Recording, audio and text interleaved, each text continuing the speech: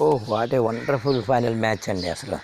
Last 5 ఓవర్స్‌లో 30 runs చేయాల్సిన స్థితిలో కూడా భారత్ తన వైపు తిప్పుకుందంటే అది సామాన్యమైన విషయం అయితే కాదండి. అసలు దీని అంతటికి మూల కారణం ఏంటంటే మన ఎవరైతే సూర్యకుమార్ యాదవ్ పట్టినటువంటి క్యాచ్ ఒక అత్యంత అద్భుతమండి.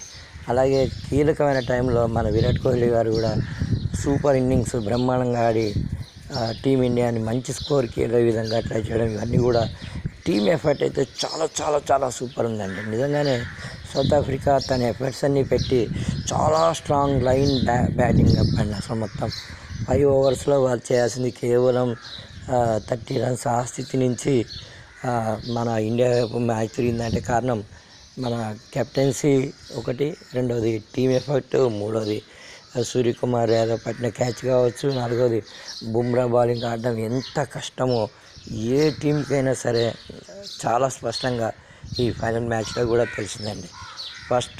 అతను వేసిన ఫస్ట్ ఓవర్లోనే వికెట్ రావడం అనేది, హెన్రీ అవుట్ అవ్వడం మనం చూసాం. ఏదైనా అన్ని అవకాశాలు ఉన్న భారత్కి వరల్డ్ కప్ రావడం అనేది చాలా చాలా ఆనందకరం.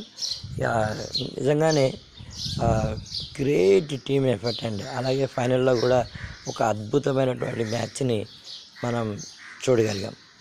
టీమిండియా టీమ్ ఎఫర్ట్స్ పెట్టినట్లయితే అసలు ఓడించే టీం అనేది ఉందా అనే ప్రశ్న నాకైతే ఎదురవుతూ ఉంటుందండి.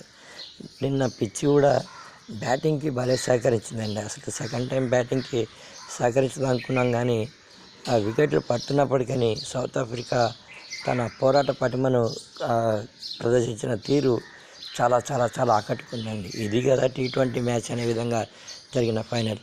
జై హో భారత్.